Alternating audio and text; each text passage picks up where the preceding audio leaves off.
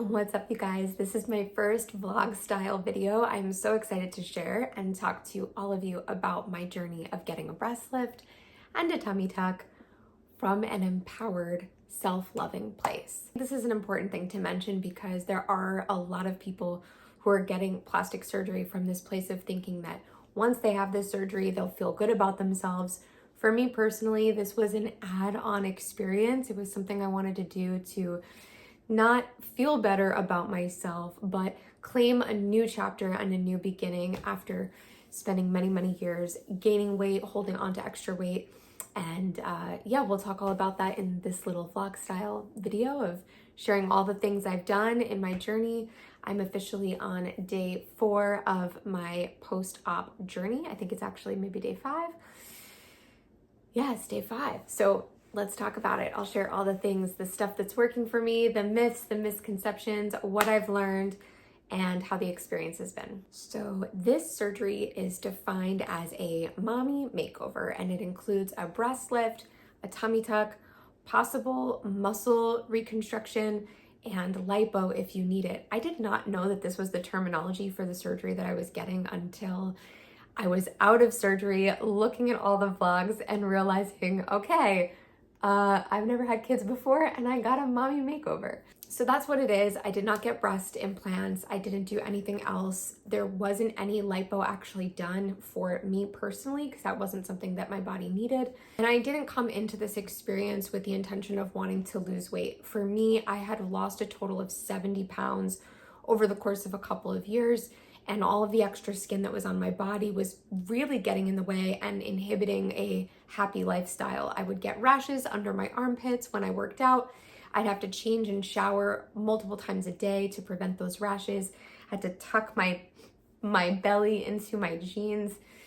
Ooh, laughing kind of hurts still. I want to say too that in this video, I am going to be talking about my history with sexual trauma because in my experience, gaining a lot of weight and holding on to a lot of weight for many years and struggling to release that weight was actually an emotional experience. It wasn't so much about the physical things that I was doing day to day.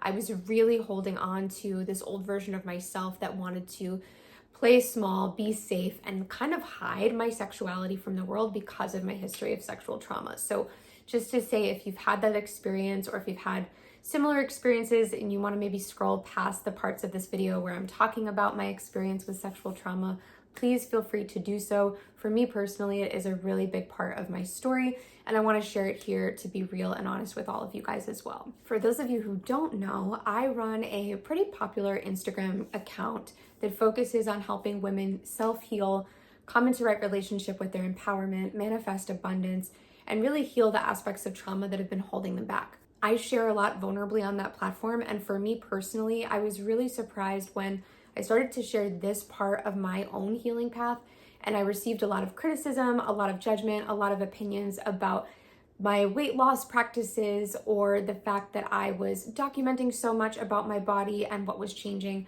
the fact that I wanted to get plastic surgery. But I continued to share anyway, and I was so surprised that in that sharing process, there were so many women reaching out to me saying that they felt afraid to talk about these things that they were doing too, like GLP-1 peptides for weight loss or getting some type of cosmetic surgery to shift or alter the avatar of the body.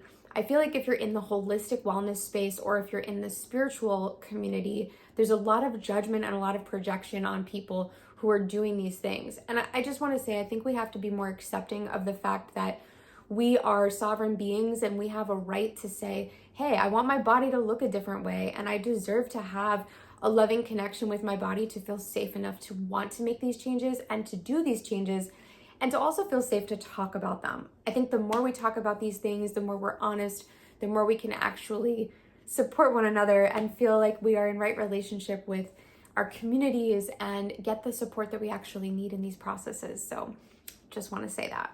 So let's talk about finding my surgeon. 2 years ago, I started really prioritizing my health and wellness, lost 70 pounds, noticed that I had all this extra skin on my breast area, my stomach area, and made the decision that I wanted to consider exploring removing that skin and tightening everything up. I started researching doctors in my local area, and for those of you who don't know, I live in Connecticut, so I have easy access to places like New York City and Greenwich, Connecticut, which are very, very highly ranked on the list of places to go for plastic surgery. I was really scared to get the wrong surgeon, to not feel comfortable with my surgeon. I was worried that maybe I was going to get a botched job done, and I wasn't really knowing what I wanted to look for. I just knew that I really wanted to feel safe. Me personally, that was about finding a surgeon that was a female and not working with a man.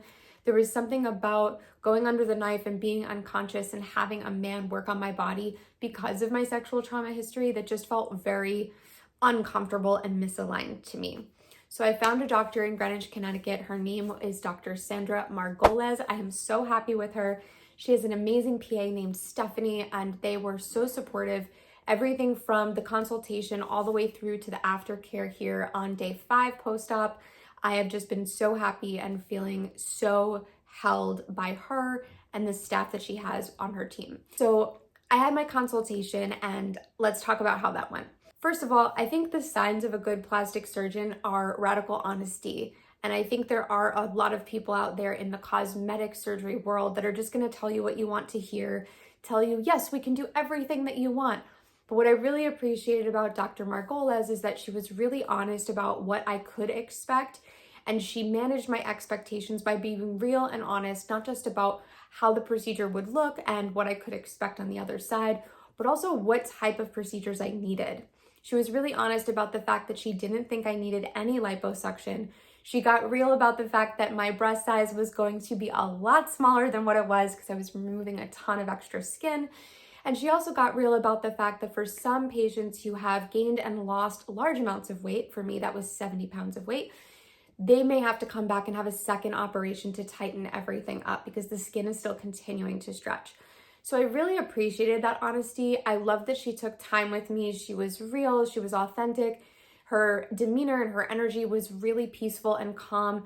And I felt like I was being held by a mom in a way, like she's an older woman who could be my mom. And so it just felt kind of nice to be like, okay, this woman has a lot of experience.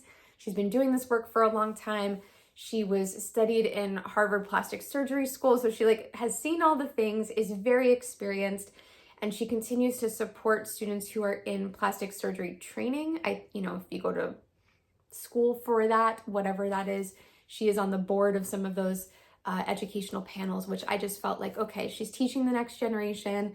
She's done this for a while. She's very experienced. So I signed up. Something you need to know about me from my spiritual perspective of work is that any of these deep transformational things that you do in life, whether it's a retreat, a plastic surgery, a experience where you're going to have a plant medicine ceremony, whenever you sign up for something that you think is going to change your life, things start to move in your energetic field. And it's really common for me personally to observe that in myself and my clients, that when you make a big decision to change, the world starts to shift around you.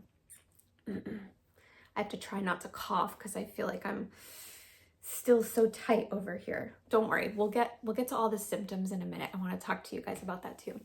So the minute I signed up for this surgery, things started to move in my reality really quickly. I knew that for me, I was letting go of this old version of myself, like I said, that was holding on to years of playing small and hiding and not being connected to my body, shaming my body, not letting my body be visible or be wanted because of the traumatic sexual experiences I had been through. And around 3 weeks or 4 weeks before surgery, I had this really big realization for me related to my sexual trauma. This is the thing I'm going to talk about that may feel a little bit sensitive to you guys. So for me, all of my weight gain in my life happened after I was raped when I was 19 in college. It's a really traumatic experience. And I had this realization a few weeks before surgery that during that moment of my life, I was actually watched and witnessed in that traumatic event by people who weren't helping. Yeah, really serious, really uncomfortable to talk about, but that's what happened. So for me, thinking about surgery and being put under the knife and having all these people witness my body through a discomfort, through a traumatic experience, because surgery is a traumatic experience on the body, I started to feel really afraid. the stories of, oh my gosh, can I handle this? Is my body safe to go through this? Am I going to disrupt my relationship with my body, hurt my relationship with my body in any way by walking through this process? Is this actually the right decision? I hadn't even had my pre-op appointment yet, but I knew that this was something I wanted to talk to my doctor about. And I kind of made this decision that if I was going to have my pre-op appointment 2 weeks before surgery, I was going to share and talk about these things openly with Dr. Margolis. I was going to lay it all on the line, be honest about what I was feeling, share with her my trauma, and if I felt like that was dismissed or if there wasn't enough space held, then that would be a sign for me that this was not the right decision. So it's 2 weeks before my surgery. This is my pre-operation appointment, and I am giving myself full permission to decide, hey, yes, I'm going to do this, or no, I'm going to do this. I don't want to be attached and feel any pressure. I'm going to go in with an open mind, ask all of my questions, but in 2 weeks, I'm potentially getting this surgery. I was looking for my exit strategy because I was really scared. It's a scary thing to go under the knife, and you want to make sure you're making that decision from an aligned place and that you are feeling safe. I think that is the most important part of this entire process, especially when it comes to the recovery. You want to actually feel safe, and the more safe you feel in the experience, the less painful I believe the recovery is. And we'll talk more about that later. But anyway, in that realization, Dr. Margolis held me very deeply. She allowed me to cry. She allowed me to hear her response. She allowed me to express what I was feeling and what was coming up for me. And she said something really beautiful, that as a plastic surgeon, as a cosmetic doctor, it is an honor for her to work on somebody's body. That for me made the whole experience feel very safe and very blessed. You can see I'm like getting emotional talking about it because it's like, yeah, I think that this procedure and this process is a very sacred thing. When you're letting go of this old identity, you're shedding this old version of you, you're releasing cells in your body. And for me especially, I made that decision that this surgery was going to be the representation of me releasing any remaining trauma cells out of my body. I had done so much inner work. I had lost weight. I had come to a good relationship with my nervous system, taking good care of my body, feeling in right relationship with my self-love. So I knew that this experience of surgery needed to be treated the same exact way. How you go into an experience is how you come out of it. So I was coming into this experience with strong intention, clear, focused energy, feeling really held and supported. And I believe that is what made this whole healing process so much easier than what I anticipated. One of the things Dr. Margolis did mention to me when I was talking about my trauma, she said that for some patients, they can feel really surprised when they don't know that they are putting a catheter in during surgery. This is an important question to ask if you're going for a cosmetic procedure. I would say as a woman, you kind of want to know if people are being, down there in that area, putting something into your body. It allows the body to feel safe for you to just know in advance that that's something that's happening. She also was honest about how the body was worked on. She talked a lot about how areas are covered when you're not working on those areas of the body, and she shifts from working on the breast area to working on the stomach area and covers things up and is really respectful of the body during surgery. So that also made me feel really safe. I also talked to Dr. Margolis about the potential and the possibility of having my muscles separated. So there's this condition that a lot of pregnant women have post-pregnancy called diastasis recti, and it's when the muscles of your abdomen separate and are separated a wider distance than what they naturally are supposed to be. This creates issues with abdomen support, and so when plastic surgeons go into that area of the body, if they notice that separation, they may want to reconstruct, repair, or sew those muscles back together. To me personally, that has been one of the more difficult parts of the healing process, probably the only difficult part if I'm being honest. I had diastasis recti and I don't have children. Sometimes women can have that happen because of their trauma history, their weight gain, or whatever has happened to the body. The muscles separate, and so when the doctor goes in there, they re-sew everything and make it really tight. So she asked me before surgery if that was something that I wanted to do, if she went in and noticed that that was happening. She also asked if it was okay for her to do lipo if she noticed there were lipo spots that needed to be taken care of, and I said of course. And then before my surgery, she also talked about the style of the incisions. This is really important because I've heard from some women who have gone through plastic surgery that they go under the knife with certain expectations about how those incisions are going to be made. And then they come out of surgery kind of surprised that the doctor has made a different decision than what they've discussed. That's really upsetting to me, and I wouldn't want anybody to go through that. So I would just make sure when you're talking to your surgeon that you're asking these questions. What are the possibilities of how these incisions could look?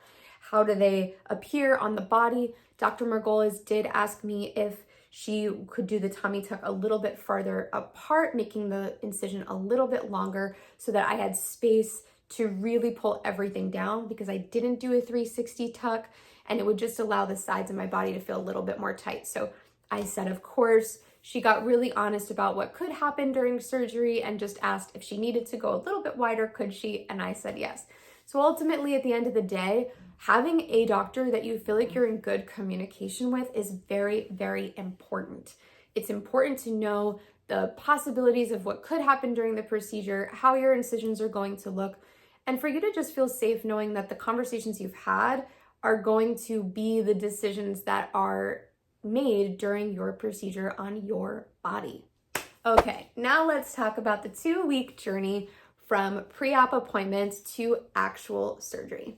So most doctors, I think all doctors, have this appointment that you have 2 weeks before surgery. It's called a pre-op, and that's where you go over a lot of the details of how to prepare for surgery, what to do with your diet, your nutrition, your supplemental intake before surgery so that your body is the most prepared for the experience. I had spent a lot of time taking care of my body in the 5 to 6 months before having this procedure, and looking at a lot of vlogs of people who are getting these procedures and sharing their stories on YouTube.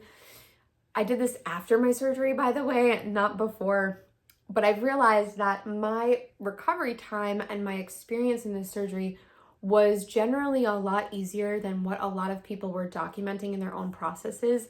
And I think that's for a couple of different reasons, and I'm going to cover that here in this section of our video. So all of the preparation I did prior to my surgery did have an advantage on how I came into that process. I had worked on a lot of nervous system regulation to create more peace and less stress in my life. My body wasn't holding on to a lot of tension, and so it made it easier to relax into the experience of having a procedure done on my body. I also feel like working with my fitness and strength training, going for walks a lot, having lymphatic drainage massages prior to surgery, all of those things made a really big difference. Most importantly, the fact that I was really hydrated and I had cut out alcohol from my diet and removed processed sugar from my diet, I think all of those things really had an impact. So I would just say, if you're going into a procedure like this, getting the body to be in its most high performing wellness state is a really good priority to have. It allows you to have a more effortless recovery. Not to say that recovery is effortless, but I do notice that this was just a lot easier than what I anticipated the experience to be. And I think that's because my body was in such a good, well state. 2 weeks before surgery, I did a couple of different things that I highly recommend for anybody who's going under any type of cosmetic procedure. The first thing was working with glutathione injections. Glutathione is an antioxidant that the body makes that we generally make less of as we develop and age over time. And glutathione is responsible for detoxification in the body, helping your skin feel really good and strong. It's also great for cognitive function, and it has a really strong effect of clearing toxins out of the body. So before surgery, I was working with glutathione at home with injections. You can also go to IV places and just ask for IV treatments of glutathione, making sure my B12 complex was really high, my omegas were really high. I had to do all of those things prior to the 2-week mark, because during the 2-week mark of surgery, the only thing I really was doing and taking were those glutathione injections, omega-3s, B12, even things like CBD and alcohol, and certain medications can actually thin the blood, and you want to prevent bleeding when you're having surgery, right? So I had to remove a lot of different things. I think every surgeon is different, so I would just say Find out what your surgeon's requirements are in that pre-op appointment, ask all the questions you can, and follow those guidelines to a T. The one thing that was a really big advantage for me prior to surgery was the fact that I nested for my experience. In the weeks leading up to my surgery, I was researching a lot online about some of the tools and things that I would probably need, what to expect in my recovery. And I'm really glad I did that because it taught me a lot about what I needed in my home environment.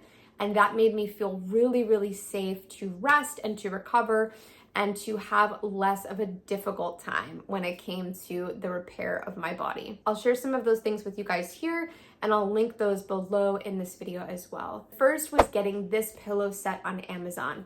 Every single person I talked to and every aspect of my research said, you're gonna have a hard time sitting up straight after a tummy tuck. It is going to be very difficult. Most people will sleep in a recliner. Some people even rent recliners during their recovery time. And for me personally, I just felt it was really important to lay in my bed during my recovery process, but I knew I had to be sitting in that kind of sandwiched position and sleeping in that position as well. So I got this pillow set on Amazon. I ordered it early in advance, and I set it up in my bed so that during my recovery, I could stay in my bed or I could go upstairs to my recliner if I really wanted to. The next thing I got was a last minute purchase, which thank God I actually got this. It was so funny. It was called a Shiwi, and I saw some people talking about this where basically it's a device that allows you to stand up and pee like a man. Didn't think I needed this. Thank God I got it because it made my process of having to go to the bathroom so much easier. I think the first days of your recovery, the less often you are sitting down and standing up and moving in and out of your positions, the better. Even now recording this video on day 5, I'm going like this. I can still feel my abdomen in discomfort. So you want to really make sure that you're supporting yourself and not having to get up and get down all the time. And standing up to pee is just one of those things that eliminates a little bit of that process in your life. So I really loved it. I'm really glad I got it. I feel like I'm going to keep this in my car for when I go on hikes. It is really, really easy to use, and it's so funny. I actually really enjoy it. And so I'm like, man, I wish I could pee standing up all the time. The next thing a lot of people talked about was getting a heating pad, because when you're hunched over for a long period of time, yes, in your recovery of having a tummy tuck, you're gonna walk around hunched over.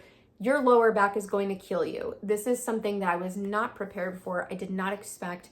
But basically, when you're walking around in that arched position, your lower back has to overcompensate, and that creates a lot of pain. Thank God I had physical activity as a priority for me in my life prior to surgery. I feel like my back was a lot stronger than it would have been if I wasn't working out in strength training, but it still really hurt. And a lot of people recommended using things like heating pads or ice packs on the lower back during those first couple of days of recovery. I didn't actually use this. I kind of wish I did. Didn't really need it, but did kind of need it. Ultimately, it's good to have those tools in your house just in case something comes up and you're like, oh yes, I really need that. Another thing I got, which I heard a lot of people talk about, were fajas. And so I'm gonna have a strong point of view on this one. Please ask your doctor and do your research. A lot of women who are getting tummy tucks and any aspect of contouring in their abdomen area, liposuction in their abdomen area, they want to immediately tighten everything up, constrict everything up, and they wear this kind of one-piece suit thing called a faja. Upon my research, I realized that there were a lot of plastic surgeons that were recommending not using something like that for the first couple of weeks after your recovery, because it actually creates restriction in the blood flow, which could also cause something called a seroma. This is when a lot of fluid builds up into one area of the body. And I've watched some really horrific videos of women who were overusing their fajas, overworking their areas of the body, and then had to actually get those aspects drained, and that just feels really scary and uncomfortable to me. So I would say just ask your doctor about those constricting suits and knowing when the right time to use those is. Also, just to say, when you get a tummy tuck, your doctor is probably going to insert drains. This is what they look like. Not 100% beautiful, really awkward. This was actually the part of surgery I felt most afraid of. So I'm about to take the very last shower that I will take in a week and a half. Because when you get tummy tuck surgery, they put drains in, and then you cannot shower until those drains come out. So it's about to get gnarly up in here. Having these drains put into my body and feeling weird and uncomfortable and in pain around it. I'll talk about that in the recovery aspect of this video, but I will just say having gauze pads, having chuck pads, making sure you're ordering gloves, having bacitracin on hand. These are things that are really important to have in your toolkit and in your little nest prior to surgery. I think the biggest thing to mention is that you are going to need support. Now, I know there are a lot of people who work regular jobs out there who are getting surgeries like this. Moms at home with children, I don't know how you do it. The beauty of my process is that I've had so much space and so much support. I had a friend come and take care of me the first days of my surgery. My husband was there to take care of me. My mom came to visit. I have another friend who's coming in a couple of days. And it's just really beautiful to feel so held and supported. And I think part of the healing journey of this is really about learning that you are worthy of asking for support. This is a spiritual process, and you're releasing this old version of yourself. To be a more empowered version of you is not just to have an empowered body, it's also to be an empowered communicator and to say, hey, I need support, I need a friend, I need somebody to be an ally for me during this time. That makes a huge difference. Other things I got for my recovery that were really important. These two products were an absolute game changer, and they were a last minute purchase for me. When I was laying in bed recovering from surgery, I was watching a lot of vloggers share their journeys of having tummy tuck surgery, and a lot of women who had really good transformations were recommending these two products as part of their intake and nutritional recovery from surgery. Both of these are made from the Ensure company. This is basically a protein shake that has 30 grams of protein in it. A lot of people said aiming for 100 grams of protein every single day on the other side of surgery is actually really helpful for your recovery, and people actually documented feeling a lot better when they prioritize protein intake on the other side of surgery. Me personally, it's been very hard to reach that goal. I don't have an appetite. I feel very tired. I'm sleeping a lot. Eating is not really on my priority list. My body feels like it's just not wanting to eat. But having these to down whenever I'm in need of some nourishment, it's a lot easier than eating protein and making my stomach feel full. Everything's really tight down there. So having Ensure protein shakes was a really good decision on my part. And the other product that Ensure makes is a pack to add to water called Juven.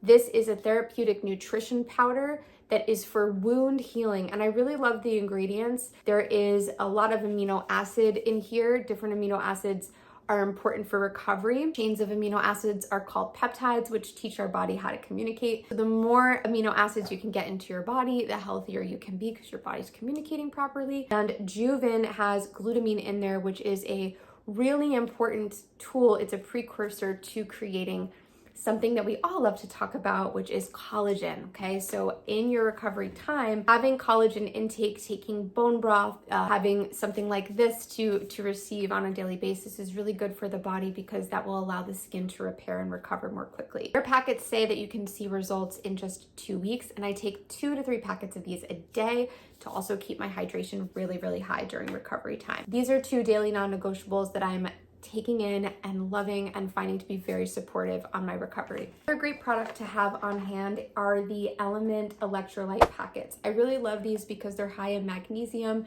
There's no sugar added. It's really helpful to stay away from a lot of sugar when your body is recovering because it'll alter your A1C. Having this packet of really flavor-filled salts of sodium, potassium, magnesium, this allows your body to stay hydrated and remain properly hydrated during your recovery, which is really important. Okay, so now that I've covered everything, let me talk to you about how my recovery actually was and what the experience was like. Do you want to say hello? Hi. Help me, I'm bored. I don't know where I am.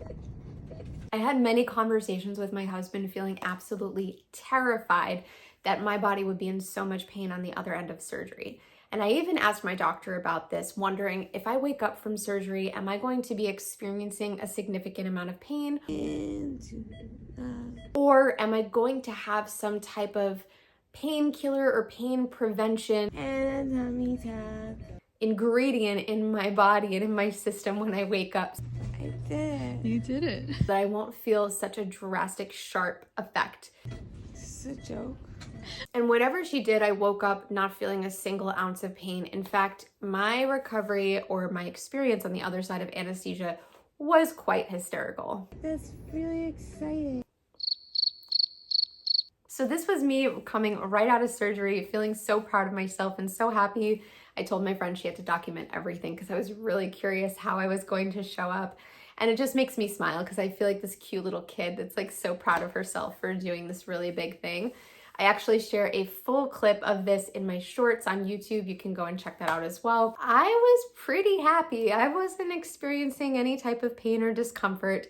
I do think getting from the hospital into the car was a difficult experience. I don't personally remember a lot of it, but I do remember feeling really challenged by the fact that I had to stand up and get into the car.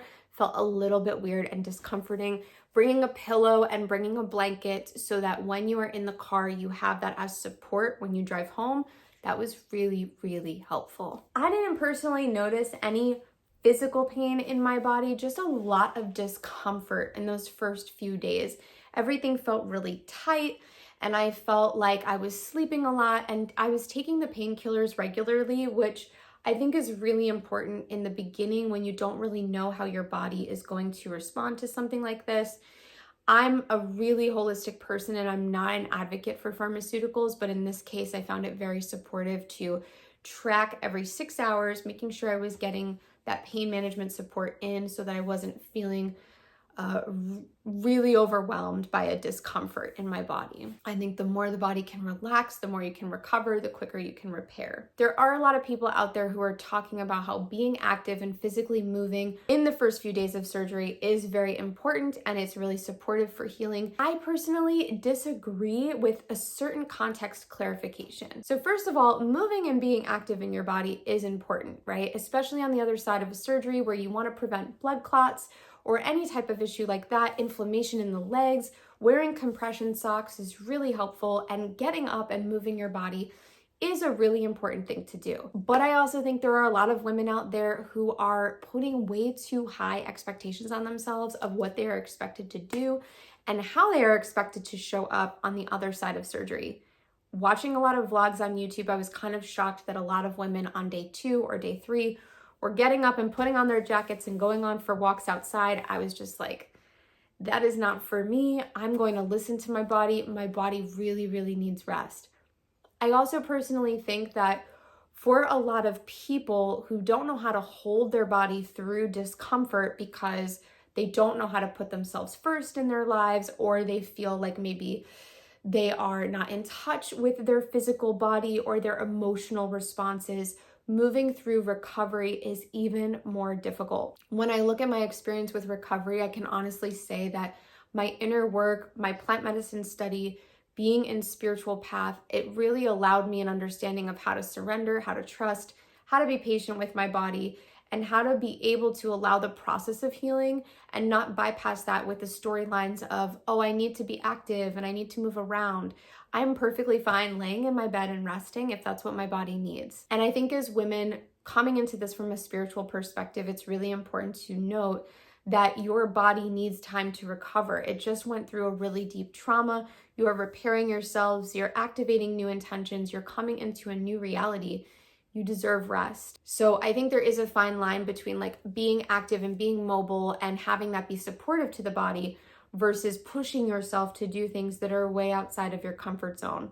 One of the things I noticed in my recovery was that I could find energy and alignment with doing certain things during the day, getting up, walking around, making myself a cup of coffee.